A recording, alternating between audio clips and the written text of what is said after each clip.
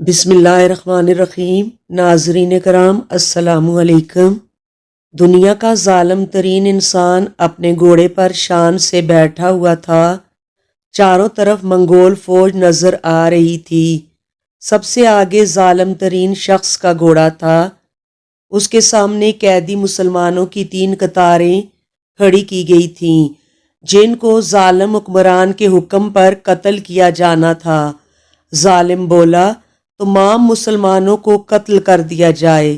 جلاد نے مسلمانوں کے سر کاٹنے شروع کر دیے۔ پہلی قطار میں کھڑے ایک مسلمان کی گردن کٹی، دوسرے کی گردن کٹی، تیسرے چوتھے کی۔ اسی دوران پہلی قطار میں ایک بے قصور بوڑھا غریب قیدی بھی کھڑا تھا۔ وہ موت کے ڈر کی وجہ سے دوسری قطار میں چلا گیا۔ پہلی قطار میں کھڑے تمام مسلمانوں کو قتل کر دیا گیا۔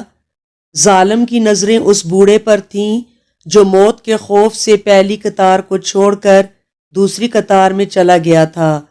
حکمران گھوڑے پہ بیٹھا، ہاتھ میں طاقتور گرز اچھال رہا تھا۔ وہ لوگوں کے قتل کا منظر دیکھ کر خوش ہو رہا تھا۔ جلادوں نے دوسری قطار پر تلوار کے وار شروع کر دیے۔ گردنیں پھر کٹنے لگیں۔ جلاد تلوار چلا رہے تھے اور خون کے فوارے اچھل اچھل کر زمین پر گر رہے تھے۔ بوڑھے بابا نے جب دیکھا کہ دوسری صف کے لوگوں کی گردنیں کٹ رہی ہیں اور جلد اس کی باری آنے والی ہے تو وہ بھاگ کر تیسری قطار میں کھڑا ہو گیا۔ جابر حکمران کی نظریں اب بھی بوڑھے پہ جمی ہوئی تھیں کہ اب وہ تیسری قطار جو آخری ہے وہاں چلا گیا ہے۔ ظالم حکمران نے سوچا، بوڑھا اب کہاں جائے گا؟ بوڑھے کو اس کی تلوار سے کون بچا سکتا ہے؟ وحشی نے سوچا، میں نے لاکھوں انسان مار دیے، تجھے کب تک بچے گا؟ تیسری قطار پہ جلادوں کی تلوار بجلی بن کر گر رہی تھی۔ ظالم شخص کی نظریں مسلسل اس بوڑھے پہ تھیں کہ کیسے وہ موت سے بھاگ رہا ہے۔ تیسری قطار کے انسانوں کی گردنیں گر رہی تھیں۔ جلاد بجلی کی سی تیزی سے اس بوڑھے بابا کو پہنچا تو منگول حکمران کی آواز گونجی، رک جاؤ جلاد، اس بوڑھے کو ابھی کچھ نہ کہو۔ منگول سپہ سالار نے مسکراتے ہوئے کہا، بوڑھا بتا، پہلی صف سے دوسری صف میں بھاگ آیا، جب وہ ختم ہوئی تو تیسری صف میں بھاگ آیا۔ اب بتا، پیچھے تو کوئی اور صف بھی نہیں، اب تو بھاگ کے کہاں جائے گا؟ اب تجھے مجھ سے کون بچائے گا؟ بوڑھے نے آسمان کی طرف دیکھا اور کہا، میں نے پہلی صف کو اس لیے چھوڑا کہ شاید میں دوسری صف میں بچ جاؤں، لیکن موت وہاں بھی پہنچی۔ پھر میں نے دوسری صف کو بھی چھوڑ دیا کہ شاید تیسری میں بچ جاؤں۔ ظالم نے گرز کو ہاتھ میں اچھالتے ہوئے کہا، بوڑھے تو میری تلوار سے نہیں بچ سکتا۔ بوڑھے مسلمان نے کہا، اللہ کی ذات جو چاہے وہ کر سکتی ہے، اور اگر وہ چاہے تو مجھے تجھ سے بچا سکتا ہے۔ ظالم نے کہا، تیرا اللہ کیسے تجھے مجھ سے بچا سکتا ہے؟ ظالم کا یہ کہنا ہی تھا کہ اچانک اس کے ہاتھ سے گرز گر پڑا۔ اس نے گھوڑے کے اوپر بیٹھے بیٹھے گرے ہوئے گرز کو اٹھانے کے لیے خود کو جھکایا تو ایک پاؤں رکاب سے نکلا اور وہ اپنے گھوڑے سے نیچے آ پڑا، جبکہ اس کا دوسرا پاؤں رکاب میں ہی پھنس کر رہ گیا۔ اس کے بعد گھوڑا اتنا ڈر گیا کہ بھاگ نکلا۔ اس نے خود کو بچانے کی بڑی کوشش کی۔ اب اس کا لشکر بھی حرکت میں آ چکا تھا، لیکن گھوڑا اتنا طاقتور تھا کہ کسی کے قابو میں نہ آیا۔ گھوڑا ظالم کو پتھروں میں گھسیٹ گھسیٹ کر بھاگتا رہا، یہاں تک کہ اس کا سر پتھروں سے پٹخ پٹخ کر لہو لوہان ہو گیا اور وہ ہلاک ہو گیا۔ ظالم انسان کا فوجی لشکر بوڑھے بزرگ سے اتنا خوفزدہ ہوا کہ اسے چھوڑ کر بھاگ نکلا، جبکہ بوڑھا بڑے آرام و سکون سے اپنے گھر کی طرف چل پڑا۔ وہ ظالم انسان جس کی میں نے یہ کہانی سنائی ہے، اس کا نام تھا علاقو خان۔ 13ویں صدی عیسوی کے آغاز میں شمال مغربی ایشیا کی چراگاہوں سے منگول نسل کے ظالم انسانوں کا ایک ایسا بگولا اٹھا تھا جس نے دنیا کی بنیادوں کو تباہ و برباد کر کے رکھ دیا، اور اس کے بعد یہ لوگ تاریخ انسانی کی سب سے بڑی سلطنت کے مالک بن گئے۔ اس سلطنت کو منگول سلطنت کا نام دیا جاتا ہے۔ اپنے عروج کے دور میں منگول سلطنت 3 کروڑ مربع کلومیٹر پر پھیلی ہوئی تھی۔ چنگیز خان اس سلطنت کا پہلا خاقان بنا۔ چنگیز خان کی کامیابیاں صرف میدان جنگ تک محدود نہیں تھیں، اس کی فتوحات حیرت انگیز تھیں۔ دنیا میں تقریباً 1,60,00,000 مرد یا دنیا کے مردوں کی کل تعداد کا 0.5% ایسے ہیں جن کے خون کا رشتہ اوپر جا کر چنگیز خان سے جا ملتا ہے۔ علاقو چنگیز خان کا پوتا تھا، وہ بھی منگول حکمران تھا۔ یہ علاقو خان ہی تھا جس نے ماضی میں مسلمانوں کے مرکز بغداد کو تہس نہس کر دیا تھا۔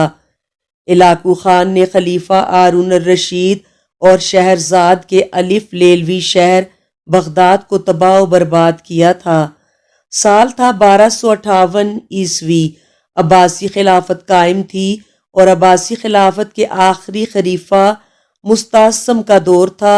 بغداد ہر لحاظ سے ایک شاندار شہر تھا۔ بغداد کی بنیاد خلیفہ مستعصم باللہ کے بزرگ ابو جعفر بن المنصور نے سال 762 میں رکھی تھی۔ اس دور کے ایک شاعر نے بغداد کا نقشہ ان الفاظ میں کھینچا تھا کہ دجلہ کا کنارہ حسینوں سے پر تھا اور شہر کا چوک معروخوں سے دمکتا تھا۔ ہر طرف شادابی تھی، کچھ منفی چیزیں بھی تھیں، دولت کی فراوانی تھی۔ خلیفہ مستعصم 37ویں اور آخری عباسی خلیفہ تھے جو 1213 میں پیدا ہوئے اور 1244 میں خلیفہ بنے۔ ابن القمی خلیفہ مستعصم کا وزیر خاص تھا۔ خلیفہ کے بیٹے کے ساتھ رنجش کی وجہ سے ابن القمی اندر سے عباسی خلافت کے خلاف تھا۔ ابن القمی نے علاقو خان کو پیغام بھجوایا کہ اگر وہ بغداد پر حملہ کرے تو اس کی مدد کی جائے گی۔ چنگیز خان کا پوتا علاقو خان اپنے دادا کی طرح ساری زندگی قتل و غارت کرتا چلا آ رہا تھا۔ جب اسے ابن القمی کا پیغام ملا تو اسے بغداد میں دلچسپی پیدا ہوئی اور 2 لاکھ کی فوج کے ساتھ نکل پڑا۔ اس کی فوج بارودی مواد سے لیس تھی۔ ادھر بغداد میں ابن القمی نے چالاکی سے خلیفہ کو مشورہ دیا کہ بادشاہ آپ کی اتنی بڑی فوج ایسے ہی بیکار بیٹھی تنخواہیں لے رہی ہے، ان کو دوسرے علاقوں کے سرداروں کے پاس بھیج کر کسی پیداواری کام پر لگائیں، جس پر زیادہ تر فوج دوسرے علاقوں میں بھیج دی گئی۔ اس طرح علاقو خان لشکر سمیت 29 جنوری 1258 کو بغداد پہنچا، دریائے دجلہ کے کنارے پڑاؤ ڈالا اور خلیفہ کو خط لکھا: لوہے کے سوئے کو گونسا مت مارو، سورج کو بوجھی ہوئی شمع سمجھنے کی غلطی مت کرو، دروازے کھولو، خندقیں بھر دو، حکومت چھوڑ کر ہمارے پاس آ جاؤ۔ اگر ہم نے حملہ کیا تو پاتال میں پناہ ملے گی، نہ آسمانوں میں۔ خلیفہ نے علاقو کو جوابی خط لکھا: تم نے خود کو کائنات کا مالک سمجھنا شروع کر دیا ہے، مشرق سے مغرب تک اہل ایمان میرے ساتھ ہیں، اس لیے بخیریت لوٹ جاؤ۔ دن پر دن گزرتے رہے۔ اس دوران دریائے فرات کے کنارے آبادی کو علاقو خان کے سپاہیوں نے نشانہ بنانا شروع کر دیا، جس پر خلیفہ نے فوج مقابلے کے لیے بھیجی جو تاتاریوں کے لشکر کے سامنے نہ ٹک سکی اور چند دن کے اندر عباسی خلافت کے سارے فوجی مارے گئے۔ بغداد کے شاہی محل کی اونچی دیواروں اور دیو ہیکل دروازوں کے پیچھے بیٹھے خلیفہ مستعصم متفکر تھے کہ اب کیا کیا جائے۔ ایسے میں ابن القمی نے مشورہ دیا کہ وہ خود علاقو خان کا استقبال کرنے چلے جائیں، اسے مال و دولت سے نوازیں۔ علاقو خان بے تحاشا دولت لے کر چلا جائے گا۔ 10 فروری 1258 کو خلیفہ چند فوجی افسران اور درباریوں کے ساتھ نکل کر علاقو خان کے خیمے کی طرف بڑھا تو ان کے ساتھ آنے والے تمام لوگوں کو خیمے کے باہر ہی روک لیا گیا اور خلیفہ کے خیمے کے اندر جاتے ہی سب کو قتل کر دیا۔ خلیفہ کو وہیں سے پکڑ کر قید خانے میں ڈال دیا گیا۔ اسے کئی روز تک بھوکا پیاسا رکھا گیا۔ جب وہ بھوک سے نڈھال ہو گیا تو اسے نکال کر علاقو کے سامنے پیش کیا گیا۔ کئی روز سے بھوکے عباسی خلیفہ کو علاقو نے حکم دیا کہ وہ جو ہیرے جواہرات لائے ہے اسے کھائے۔ علاقو نے کہا: کھاؤ یہ ہیرے جواہرات۔ خلیفہ بولا: میں یہ کیسے کھا سکتا ہوں؟ جس پر علاقو بولا: تو پھر یہ چیزیں جمع کیوں کیں؟ اگر تم دولت سے جنگ کا سامان خریدتے، سپاہی بھرتی کرتے تو شاید آج میں دریا عبور نہ کر پاتا۔ منگولوں کی روایات کے مطابق کسی بادشاہ کا زمین پر خون بہانا بدشگونی سمجھا جاتا ہے، اس لیے علاقوں نے سپاہیوں کو حکم دیا کہ خلیفہ کو اس طرح سے مارو کہ خون زمین پر نہ گرے۔ خلیفہ کو قالین میں لپیٹ کر پہلے فوجیوں نے لاتوں گونسوں کا نشانہ بنایا اور پھر اس پر اس وقت تک گھوڑے دوڑائے جب تک موت واقع نہ ہو گئی۔ اس کے بعد علاقوں کی فوجوں نے بغداد میں اس حد تک قتل و غارت کی کہ دریائے دجلہ کا پانی کئی روز تک سرخ رہا، کتب خانوں کو جلا دیا گیا، گلیوں میں پڑی لاشوں کے ڈھیر سے اٹھنے والے تعفن کی وجہ سے علاقوں کو رہائشی خامہ شہر سے باہر لے جانا پڑا۔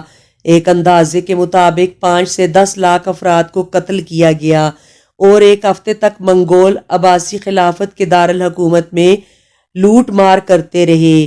ناظرین، یہ تھا علاقو خان جس نے لاکھوں مسلمانوں کا قتل عام کیا تھا اور پھر ایک بوڑھے مسلمان کی بددعا کی وجہ سے ہلاک ہوا۔ جزاک اللہ خیر۔